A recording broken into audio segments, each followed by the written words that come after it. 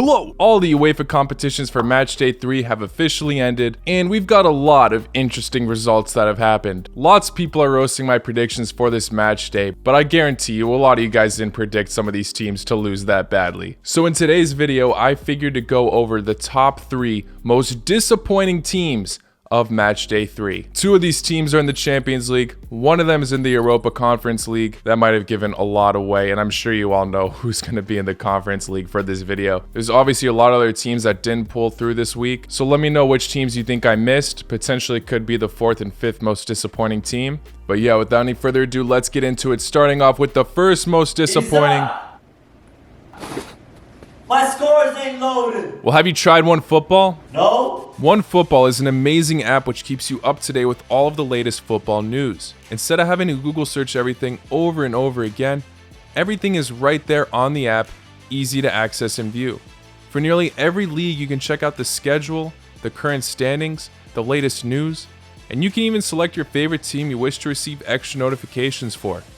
You can even check out the stats of every player in each competition, which can help you make changes to your fantasy team and all that. Guys, I highly recommend you get this app. It's free, easy to use. You might as well go check it out now. I'll leave a link in the description below. Shut up. Alright, I'm going to start off less disappointing to the most disappointing. Starting off at number 3, we have got Shakhtar. Now yes, obviously Shakhtar looked like the underdog against a team like Real Madrid, and props to Real Madrid for coming back after their horrible loss against Sheriff. A lot of the Madrid players look like they're evolving. Vinicius Jr. also, his finishing has improved so much, and it showed this match for sure. But regardless of how class Real Madrid are, a side like Shakhtar should not be losing 5-0. Real Madrid's first goal, obviously an accident on Shakhtar's defense, was an absolute worldy chip of an own goal. My god, not a good way to start things off. Krivstov, poor guy. And then you got Vinicius Jr. with the brace, Rodrigo and Benzema all getting on the score sheet. You just think a side like Shakhtar would put up a better fight at least. I had the belief that Real Madrid were going to win this match, but the last time these guys faced each other, they beat them twice with their B team. And now they lose 5-0 on Ukrainian soil. And now Shakhtar's chances of making it to the next round of the Champions League are not looking bright at all. Unless they start consistently getting wins here, they're doomed. They sit in last right now with 1 point. This group has been very interesting, though Sheriff still sitting at first with 6 points. Real Madrid right behind them with the same amount of points. Inter Milan in third with 4 points. The only team to beat Sheriff so far. Shakhtar failing to grab a single win, only drawing with Inter Milan with 1 point. They definitely have to pick up the slack. I did predict Shakhtar to finish last in this group because this is a very competitive group, and I already saw how brilliant Sheriff had been in the Champions League qualifiers against Crvena Zvezda and Dinamo Zagreb. But still, it's Shakhtar. We know what this side can produce. Regardless of how competitive the group is, they're a side that should put up better fights than losing 5-0. That's just a fact I'm sure the players and the fans know. Now moving on to the second most disappointing team this week for Matchday 3, we've got Dortmund. Now just like talking about Real Madrid, no discrediting this awesome Ajax side who absolutely demolished Dortmund.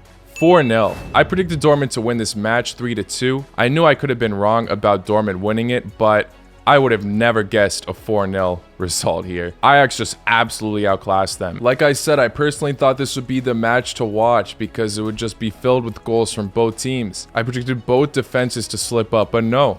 It was only Dortmund this time. Ajax's keeper was brilliant, saving some decent shots from Holland. A team that's sitting in second right now, right behind Bayern Munich in the Bundesliga by 1 point.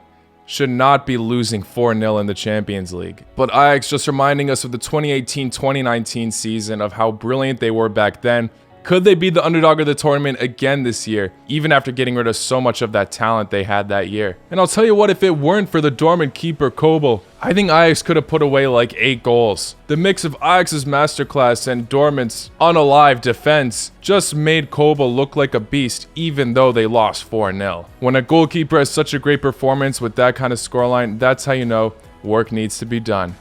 But again, bravo to Ajax for getting such an amazing result.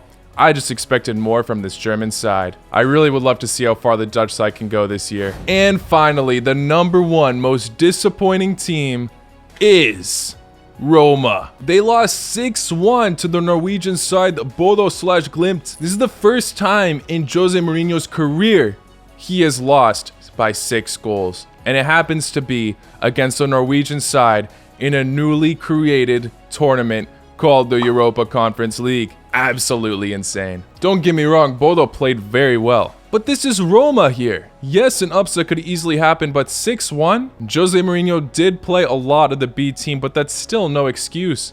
This is one of the most well-known Italian sides. He said in a press conference after the match, at least people won't question me for always starting with the same team. Roma did have some room to sacrifice playing a B team. They had 2 wins in the Conference League. There's still 3 more matches to go. Now Bodo has taken that first place spot from Roma. And although Roma lost to Juventus last week, only by 1 goal, Roma has still been in decent form in the Serie A. 5 wins, 3 losses, but Tammy Abraham has been in brilliant form. He didn't start this match, he was put on as a sub, but he still failed to score. Props to the Norwegian side, but Roma have a ton of work to do here. They're supposed to be one of the favorites in the Conference League, and they're losing to teams like that. Tottenham also grabbing a loss to Vitesse, but it was nowhere near as bad as Roma's. Only losing by 1 goal. It wasn't the most unsurprising thing ever, as Vitesse are a solid side, and Tottenham did play a lot of their B team. Another honorable match to talk about in the Conference League is Helsinki versus Tel Aviv. I thought Tel Aviv would be the favorites, but I wasn't expecting a 5-0 scoreline. Also, Sporting scoring 4 goals against Besiktas. Wolfsburg still failing to get any wins in the Champions League after so many people believed in them. Yeah, there's still a decent amount of disappointing results to talk about, but I'll let you guys finish that list for me in the comments below. Let me know your most disappointing results for all these UEFA competitions. Thank you all for making it to the end. Subscribe if you're new. Like this video if you enjoyed. I'll see you all very, very soon. La cu noci.